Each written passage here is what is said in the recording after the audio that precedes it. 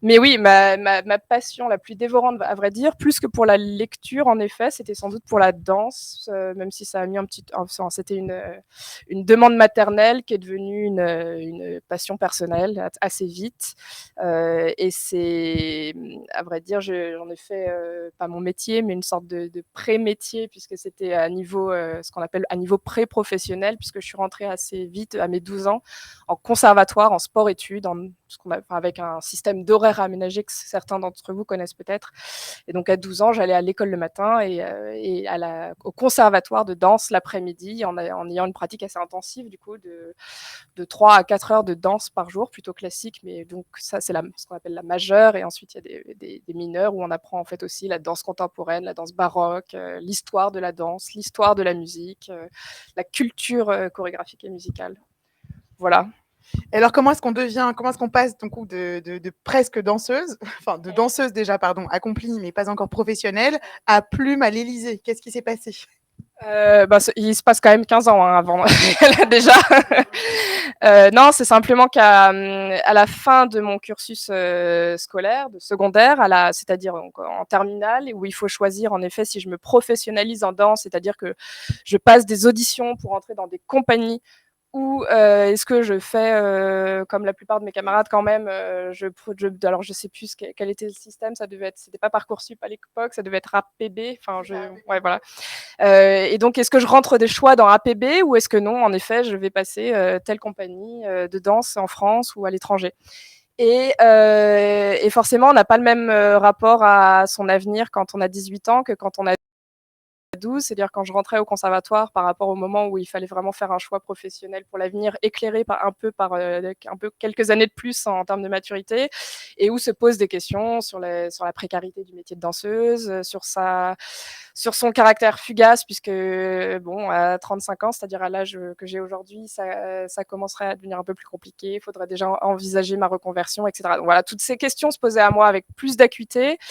Et donc, au dernier moment, alors que ça avait été le rêve de mon enfance, de mon adolescence, je décide finalement des choix dans APB. Et là, je découvre ce que je connaissais pas, à vrai dire, la prépa. Et donc, je me dis qu'il faut que je transpose l'exigence que j'avais pour la danse, puisque c'était toute ma vie.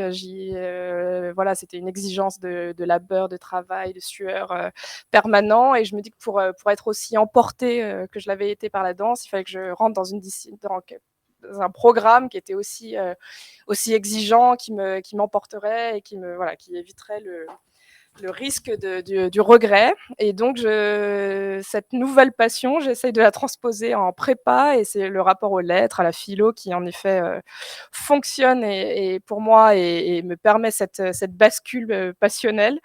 Et donc là, c'est là vraiment pour moi la découverte véritablement avec la littérature. Enfin, les lettres au sens large, puisque un rapport à l'histoire, un rapport à la philosophie et bien sûr aux lettres. Enfin, très clairement, j'avais pas tant lu que ça, si je suis très honnête, au lycée. Enfin, vraiment, ce qui comptait pour moi, c'était la danse à cette époque-là. J'y mettais toute mon énergie. Et c'est là donc qu'il y a vraiment un moment, pendant 3 ans de prépa, de découverte intensive. Je crois que j'ai à peu près lu tout Balzac, tout Zola, presque tout Proust. Non, d'ailleurs tout Proust, puisque c'était au programme en deuxième année pour l'ENS. Enfin voilà, c'est dans ces 3 années de prépa que j'aborde un rapport intensif avec la littérature, Tu même si penses qu'il faut finalement... beaucoup lire pour savoir écrire d'ailleurs? Euh, alors, puisque je ne lis plus beaucoup, puisque je dois plus écrire que lire aujourd'hui, en tout cas, je pense il faut avoir beaucoup lu pour savoir écrire. Mais très clairement, je suis le contre-exemple. C'est-à-dire qu'aujourd'hui, si j'arrive à lire, c'est terrible, hein, je vous fais cette confession, mais si j'arrive à lire 1 ou 2 livres par mois, grand max. Après, au-delà des articles, de tous les articles, de tous les dossiers que vous imaginez bien, très denses, mais en livre, c'est-à-dire un roman, voilà, je suis déjà contente d'avoir lu le Goncourt là. C'est un peu du temps volé, quoi, la lecture de romans ou en tout cas de récits qui ne soient pas directement liés à un discours que je dois écrire. Ça c'est un peu réduit comme peau de chagrin, mais bon, je maintiens un rapport, mais il est plus aussi intensif qu'il a pu être dans mes années de prépa ou à l'école normale supérieure. Justement, donc tu intègres l'école normale supérieure, tu choisis une majeure. Ouais, donc je fais 3 années de prépa. J'aime à peu près toutes les matières, mais j'ai peut-être une affinité encore plus forte pour la philosophie. Donc c'est en philosophie que enfin, je choisis cette option-là pour passer les concours de l'École normale supérieure. J'entre après 3 ans de prépa à l'École normale supérieure de Lyon, qui est donc l'école normale supérieure lettres et sciences humaines. Et là, donc j'entre en philosophie, mais je vais assez vite en partir, ou en tout cas bifurquer pour une autre voie, parce que finalement, je découvre quand le travail philosophique à l'école normale sup n'est pas du tout le même que celui de prépa, où je sais pas, pour ceux qui sont passés en prépa, vous vous rappelez peut-être, il y avait cette ivresse de se poser les très très grandes questions. Et donc pour les programmes, on réfléchit sur la liberté, sur la joie, le bonheur. Et voilà. Et donc c'est très large, on se pose des grandes questions, du coup il y a un rapport forcément puissant de soi aux questions qu'on se pose, un rapport très existentiel. Quand on rentre à l'école normale sup, forcément, bah, c'est des compositions de 6 heures une demi-page de Hegel. Voilà, on rentre dans un rapport beaucoup plus philologique au travail de réflexion philosophique. Et bon, moi, j'ai trouvé ça beaucoup plus ardu, j'avais le sentiment que c'était un peu désincarné. Et j'avais un colloque à l'époque, puisque c'est presque ça. J'ai retrouvé une ancienne camarade de l'ENS qui aura peut-être eu la même expérience. Je trouve que, l'école, à l'ENS, l'école, elle est autant dans les amphithéâtres que parmi les camarades qu'on rencontre. Et donc, parmi les camarades que j'ai rencontrés à ce moment-là et qui faisaient partie de ma colocation, il y avait des grandes colocations de 5 ou 6, il y avait un foot cinéma. Et notamment d'un réalisateur, Ingmar Bergman, que je ne connaissais pas du tout à l'époque. Je me disais, oh, ça doit être des films chiants que tu regardes. Et en fait, non, c'était très chouette. J'ai découvert tout le cinéma, il avait tout le coffret. Donc, je sais plus, en un mois, j'ai dû me faire tout le coffret d'Ingmar Bergman. Et donc, voilà, là, c'était parti. J'avais un nouveau rapport passionnel. Je suis un peu monomaniaque. J'ai des périodes comme ça. Donc, il y a eu la danse pendant 15 ans. Voilà, il y a eu vraiment la danse pendant 15 ans, les lettres et la philo pendant toute la prépa et le début de Normal Sup. Puis après, vraiment, ça a un peu basculé vers le cinéma.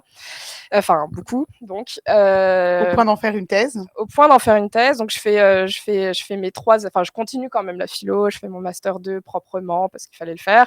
Mais voilà, clairement, c'était déjà le cinéma qui avait pris le pas. Et j'en fais pendant 3 ans. Et au bout de ces 3 ans de NS, je commence une thèse en cinéma. Pas sur Bergman, mais vous allez comprendre la raison sur la danse au cinéma. Donc, vous voyez, j'ai quand même... j'ai essayé de ramasser un petit peu les passions de ma vie avec une approche assez philo. Donc, ça permettait de faire le lien et de boucler la boucle. Et donc, je m'engage dans cette thèse en 2012, pour le coup à l'ENS de Paris cette fois-ci, puisque c'est là qu'était mon directeur de thèse. Et voilà, donc c'était parti pour 5 ans de thèse, c'est-à-dire d'enseignement, bien sûr, d'enseignement, de recherche, de conférences qu'on donne sur son sujet de thèse, mais pas que. J'ai énormément travaillé sur le cinéma français contemporain et bien sûr, sur les questions des représentations du corps, du mouvement, du geste au cinéma, et pas seulement dans le cinéma chorégraphié, même si, bien sûr, de la comédie musicale aux nouvelles scènes numériques, telles la 3e scène de l'Opéra de Paris, qui est une scène donc numérique, par exemple, pour ceux qui connaissent. Voilà, ça balayait très large le champ de la danse au cinéma, mais c'était pas mon seul sujet. Et donc, est-ce que tu penses que ce rapport assez monomaniaque à certains thèmes et sujets t'ont préparé à ce métier un peu particulier, ou cette fonction, on va en parler, qui est celui de conseiller de discours à l'Élysée? D'ailleurs, comment est-ce que tu es devenu conseiller de discours à l'Élysée? C'est peut-être le moment de le dire, et c'est important. Est-ce que ça a pu me préparer? Oui, en même temps, je suis quand même arrivée un petit peu comme un ovni à l'Élysée. Quand on fait une thèse sur la ciné-danse ou la danse au cinéma, c'est quand même pas la meilleure propédeutique à être plume à l'Élysée tout de même. Mais oui, d'une certaine manière, forcément, ce rapport aux lettres que j'ai développé en classe préparatoire et à l'école normale supérieure, à la réflexion philosophique, et même, à vrai dire, je vais prêcher pour ma paroisse, mais la réflexion sur l'histoire et les théories et du cinéma, la question du rapport au récit, au scénario, tout ça, ce sont des questions de récit, enfin, et donc de mise en récit. Donc oui, il y a un lien clair. Après, je vous cache pas que la première année a été quand même très compliquée parce que forcément, j'étais pas passée par Sciences Po, j'ai pas fait l'ENA, et donc ce rapport, cette connaissance intime de l'histoire politique à l'histoire politique et au sujet politique, c'était pas mon quotidien. Donc non, il y a quand même eu clairement un gros temps d'adaptation.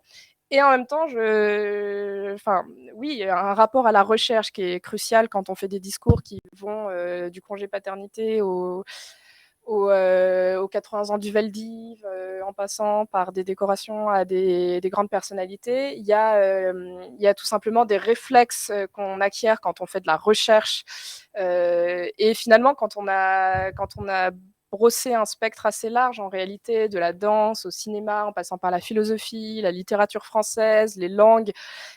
Enfin, par mon passage, par exemple, en Angleterre, avec des méthodologies de recherche et d'enseignement différentes,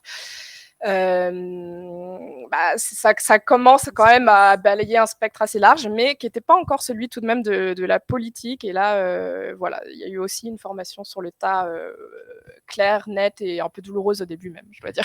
En fait, on est venu te chercher, c'est quelqu'un qui t'a recommandé Non, on n'est pas venu me chercher. Je vais encore une fois démystifier totalement mon rôle et ma fonction, mais c'est simplement, à la fin de ma thèse, je ne sais pas s'il y a quelques chercheurs parmi vous ou des gens qui viennent du monde universitaire, mais c'est un milieu qui était quand même très difficile. Il y a peu de postes. Et donc, je fais 5 ans à l'ENS de Paris en tant que doctorante, ensuite docteur, ensuite atteur. Je ne sais pas si vous connaissez toute cette terminologie de la précarité, en gros, universitaire. Et donc, au bout de 5 ans à ce régime, donc très mal payé, très, très difficile, très incertain, et je croyais passer entre les gouttes et obtenir quand même un poste. Et puis non, en fait, comme j'ai été soumis au même régime que les autres, à la fin de ces 5 ans-là, il n'y avait pas de poste, donc 100 ans de maître de conférence, ce qui était un petit peu ma vocation. Même si je dois dire que je préférais l'enseignement à la recherche après 50 thèses, c'est quand même assez isolant la recherche. Mais en tout cas, c'était pas forcément une option. Il aurait fallu que je passe par des années de purgatoire vacationnel, enfin ce qu'on appelle des vacations, qui sont encore plus mal payées puisqu'on est payé qu'une fois le semestre. Enfin, je vous passe ces questions à la fois très importantes, matérielles, qui m'ont empêché de continuer dans cette voie-là, puisque tout simplement, je ne pouvais pas vivre si je continuais à n'être payée que tous les 6 mois. Enfin bref. Donc, je décide de m'engager dans d'autres voies. Je m'interroge un petit peu et surtout, j'interroge mon entourage. Et sans y avoir vraiment jamais pensé avant, on parle en effet, de cette possibilité de travailler comme plume. Alors, ça m'était pas non plus complètement nouveau. Quand on écrit une thèse, on écrit quand même 700 pages en 2 ans peut-être, d'une exigence extrême, parce que c'est à la fois une exigence scientifique, bien sûr, mais une exigence en termes de qualité d'écriture, surtout sans doute peut-être en sciences humaines et en art. Mais donc il y a un rapport exigeant à l'écriture et qui était complété dans mon cas par une écriture critique. J'écrivais beaucoup de critiques de cinéma, et donc ça développe quand même à la fois une appétence pour l'écriture, pour le goût de la formule, etc., mais aussi une exigence en termes de... Il faut écrire, en gros, pour le faire très vite, il faut écrire vite et bien, parce que quand on a jusqu'à 5-7 commandes d'articles par semaine et qu'en plus on fait une thèse à côté ou que je finissais mon master à Oxford, enfin, bon, bref, c'est quand même très exigeant, donc il faut apprendre à écrire vite et bien. Et donc j'avais déjà ce rapport-là à l'écriture, un rapport critique et universitaire. Bon, il a fallu que j'apprenne un peu sur le tas, du coup le rapport peut-être plus politique. Donc pour toi, écrire vite et bien, ce sont les 2 qualités principales de la plume politique. Ouais, il y en a sans doute d'autres. Pardon, là, j'ai pas fait un manifeste des qualités, mais oui, en tout cas, il faut écrire vite et bien. C'est-à-dire bien, ça veut dire qu'il faut avoir le sens sans doute pas seulement de la formule, mais bien sûr de la formule, c'est-à-dire ce qu'on appelle un peu aujourd'hui, souvent de la punchline en bon français ou en mauvais français. Donc la formule un peu frappante, mais aussi sans doute peut-être plus encore finalement le sens de la période, parce que il faut avoir une musicalité, parce qu'on parle, du coup on écrit pour quelqu'un qui parle, et donc il faut avoir un sens du rythme, de la musicalité, de la scansion, il faut qu'il y ait une forme de au-delà du rythme, non, voilà, peut-être c'est ça, de la scansion pour qu'il y ait de la vivacité aussi dans le discours et qu'il accroche l'oreille. Donc bien, c'est ça, ce sens à la fois de la formule et de la musicalité de l'ensemble, et vite, oui, parce que alors toutes les semaines ne sont pas aussi dures, mais il y a quand même beaucoup de semaines à 6, 7, 8 commandes. Alors on pourra revenir ensuite sur le spectre, parce que c'est pas tous des discours, il y a des dits et des écrits dans l'écriture à la présidence de la République, et c'est pas tout à fait les mêmes. Donc il y a des exercices qui ont vocation à être publiés, d'autres à être prononcés, et donc c'est pas tout à fait la même écriture, les mêmes effets d'oralité ou pas, etc. Voilà, donc oui, vite et bien. Très, très bon résumé. Alors, tu es une des plumes qui est restée le plus longtemps à l'Élysée, en fait. Il faut savoir que Sophie n'a pas tout de suite été nommée. Il y a toute une histoire de journal officiel, d'officialisation, en fait, une fonction qu'elle exerçait de facto depuis 2017. Et donc, plus de 5 ans, c'est très rare de rester aussi longtemps. Donc, déjà, avant de te poser des questions, peut-être qui brûlent les lèvres de nos spectateurs, c'est-à-dire comment est le président, est-ce que c'est facile de travailler avec lui, peut-être aussi te demander quel est finalement le discours que tu as préféré écrire, dont tu es le plus fier, ou celui qui a été le plus pénible ou le plus émouvant à écrire. Alors celui que j'ai préféré écrire, non, franchement, il y en a tellement que j'ai. Ouais, non, mais du coup, comme ça fait plus de 5 ans en effet que je travaille à l'Élysée, il y en a eu tellement. Après, peut-être parmi ceux qui vont vous parler, un discours de panthéonisation sur lequel on travaille avec le président, par exemple. J'ai beaucoup aimé faire celui pour Maurice Genevoix, travailler avec le président, encore une fois, à celui pour Maurice Genevoix, parce que sa panthéonisation était prévue depuis de longue date, et donc j'ai vraiment eu le temps de me plonger dans toute son œuvre. Et je ne sais pas si vous voyez, mais son œuvre est dense, très longue. Mais du coup, j'ai eu le temps, ce qui est très rare en fait dans la chronologie élyséenne, puisque encore une fois, ça a été annoncé très tôt, puis ensuite reporté pour des raisons notamment de Covid. Et du coup, voilà, il y a eu 2 années où je me suis plongée dans tous ces livres, et donc j'ai eu un rapport très intime à toute son œuvre, et donc enfin le sentiment d'être presque pour le coup une chercheuse dans mon rapport à l'écriture, là où d'habitude forcément on n'a pas le temps de se plonger autant. Aussi, voilà. Non, mais c'est ça, quand on a, bien sûr, il y a des conseillers au fond qui nous éclairent, etc., mais on n'a pas le même rapport d'intimité et d'expertise aussi puissante à ce qu'on écrit. Donc là, il y avait vraiment une sorte d'adéquation entre l'écriture et l'expertise qui était très agréable. Et puis ça donne, il y a une profondeur de champ dans un discours de panthéonisation. Mais il y en a d'autres, par exemple, c'était en termes d'émotion, pour le coup, tu parlais aussi, un des plus émouvants, je ne sais pas si c'était, oui, ça fait partie des plus émouvants pour les derniers compagnons de la Libération, par exemple, les discours à Daniel Cordier, les discours à Hubert Germain. C'était, pour le coup, c'est extrêmement poignant, puisque voilà, c'était les 2 derniers compagnons de la Libération qui nous ont quittés. Donc c'est une page d'histoire qui se tourne, qu'il faut exalter, et c'était à la fois beau de se plonger dans cette histoire, dans leur parcours, et d'essayer de le faire vibrer sur le plan national. Du coup, j'en profite justement pour te poser la question sur le travail d'équipe. Tu as évoqué comme ça en disant, voilà, des rapports avec le président de la République, avec des conseillers au fond. Comment est-ce qu'une équipe entière peut travailler sur un objet qui finalement est unique à la fin, celui d'un discours qui est prononcé par une seule personne, et quelle personne? Alors le rapport aux équipes, il se fait très différent. C'est là qu'on va évoquer le spectre du discours, parce qu'en fait, ça dépend totalement de l'exercice. Donc je disais tout à l'heure qu'il y a à la fois des dits et des écrits. Alors prenons les écrits. Ça va du communiqué de presse qui va donc être publié sur le site de l'Élysée, qui va être adressé à toutes les rédactions. Ça peut être pour le décès d'une personnalité, ça peut être parce que le président se déplace, fait un déplacement, et il y a des annonces, etc.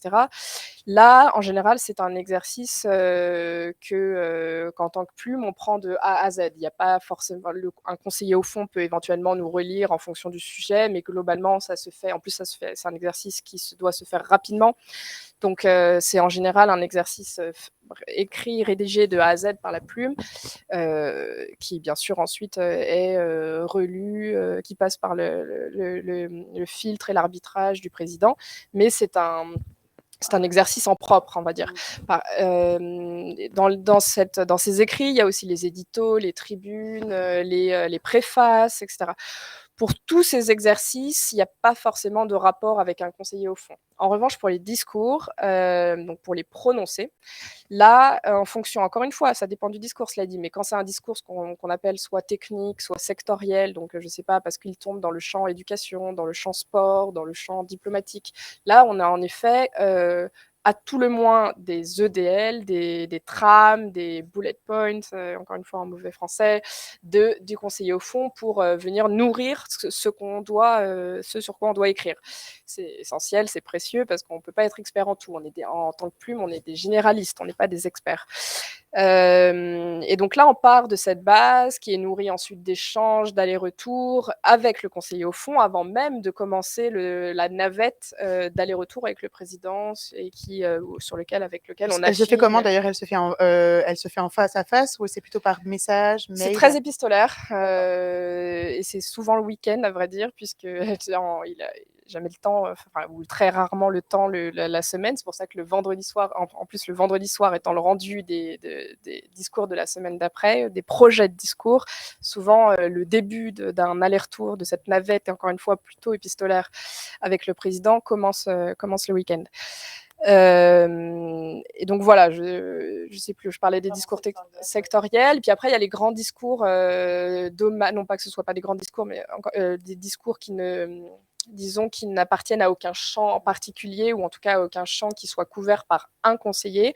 Donc, je ne sais pas, moi, des grands discours mémoriels, des grands discours honorifiques, des éloges funèbres, etc. Là, pareil, c'est plutôt un exercice qui revient en propre à la plume, encore une fois, en lien intense avec surtout sur les derniers jours, avec le président de la République, mais dont l'exercice n'est pas nourri en particulier par un conseiller au fond. Donc là, il s'agit vraiment de faire et toutes les recherches et tout le premier projet qui est soumis au président. Et là, je ne sais pas, donc par exemple, pour prendre des exemples récents, l'hommage national à Pierre Soulages, les 80 ans du Veldiv, voilà, ces grands discours mémoriels ou honorifiques de la nation. Voilà. Bah, super. Et alors, j'ai une question peut-être un peu... Oui. Est-ce que le fait que la parole du président de la République soit tellement scrutée, autant du point de vue national qu'international, est un peu stressant? Est-ce que parfois tu sens une espèce de, je sais pas, de pression externe? Enfin, je sais pas. Alors, je l'ai énormément senti au début. C'était presque un fardeau quotidien que j'envoyais rien, je ne proposais rien, je ne soumettais rien, que la main qui tremble et la boule au ventre. Enfin, c'était franchement la première année, c'était assez atroce en termes de gestion psychologique de cette responsabilité, en effet, parce que bien sûr tout passe par des filtres hiérarchiques et par l'arbitrage in fine, et même les allers-retours encore une fois du président, mais tout de même quand on propose, on est quand même tenu en partie responsable de la parole qu'on a proposée. Donc oui, au début. Après, 5 ans après, je vous cache pas qu'on apprend à vivre avec, et je crois être devenue à peu près immune au stress, à vrai dire. C'est-à-dire qu'avant, en effet, la première année, je pense qu'une commande en TTTTU, sachant que la première commande que j'ai eue, c'est-à-dire mon premier jour à l'Élysée, je m'en rappelle très bien, donc le 1er septembre 2017, première heure quasiment, j'exagère peut-être un tout petit peu, mais de ma prise de fonction, il fallait des EDL en TTTU pour le PR. Et je vous ai dit que je ne connaissais pas très bien donc la terminologie, le jargon, les codes, puisque je ne venais pas ni de Sciences Po, ni de l'ENA, ni de ce monde des cabinets. Et donc, je ne comprenais rien à ce qu'on me demandait. Et donc, je savais même pas, enfin, vraiment, c'était à ce point-là, hein, je ne savais même pas que du coup, si je devais savoir vaguement EDL quand même, que c'était des éléments de langage qu'on me demandait, mais TTU, TTTTU, je savais pas ce que c'était. Or, il fallait vite que je comprenne, puisque ça voulait dire très, très, très, très urgent. Et même PR, je savais pas. Président de la République, bien sûr. Voilà, donc ma première heure a été très, très compliquée. Je les ai fait en TTTU, ça devait sans doute pas être mon meilleur morceau de littérature, mais bon, j'ai dû l'envoyer sous 1 heure. Et voilà, donc oui, au début, bon, bien sûr, on apprend, on tâtonne, et donc on le fait dans la difficulté, la douleur. Enfin, en tout cas, c'était mon cas.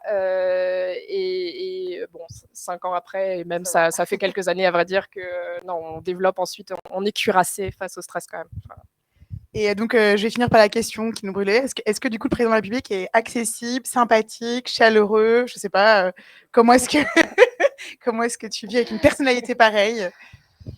Alors, c'est un président de la République, c'est-à-dire que chaque heure de sa journée est maillée, quadrillée par des obligations. Donc, par cet agenda même, on ne peut pas parler d'accessibilité. Je vais pas débarquer dans son bureau, sachant que chaque heure de sa journée est liée à un entretien, à une rencontre, à une séquence, à un rendez-vous, etc. Donc, en ce sens-là, non. Et c'est bien normal, c'est lié à sa fonction. En revanche, je sais pas, peut-être que ce que je peux dire, c'est qu'il est extrêmement égal d'humeur. Peut-être que, sans doute, qu'il y a eu des discours que je lui ai proposés où, dans le premier jet, le premier projet, il s'est dit mais qu'est-ce que c'est que ça n'a ni queue ni tête. Sans doute surtout au début, quand je tâtonnais encore une fois pour faire ce chemin vers lui, comprendre ce qu'il achetait, ce qu'il achetait pas, ce qu'il voulait, ne voulait pas, etc. Et pour autant, je n'ai jamais eu de retour incendiaire. Ces scènes-là, un petit peu à la Quai d'Orsay, que vous avez tous dû voir, franchement, je ne les ai jamais vécues. Jamais un mot plus haut que l'autre, jamais. Et au contraire, une vraie gratitude quand un projet lui convient très bien. Il sait le faire savoir et c'est très agréable. Donc voilà, une disponibilité, non, et on ne pourrait pas l'attendre d'un président de la République, dont encore une fois, chaque heure, chaque jour, chaque minute est prise par une obligation. En revanche, comment dirais-je, du coup, une forme de reconnaissance, de gratitude, de remerciement et par rapport au travail effectué qu'il sait être, important, et une égalité d'humeur que je trouve qui m'impressionne encore aujourd'hui, 5 ans après, au sens, tellement ces fonctions sont prenantes, exigeantes, et là pour le coup stressantes, et je ne sais pas si même 5 ans après il est immune à ça, mais voilà, donc ça, je trouve que c'est très frappant. Voilà. Merci beaucoup. Je sais que on va continuer les échanges à table. Donc malheureusement, on va devoir arrêter ce petit échange. Merci beaucoup d'avoir beaucoup insisté sur la manière dont tu avais été formé, parce que je pense qu'on a quand même tous un devoir de transmission, d'encourager les prochaines générations. Je sais que tu as formé aussi à l'Élysée de jeunes plumes qui vont te succéder. Et ben, à tout de suite pour continuer les échanges autour d'un saumon petit légume. Super.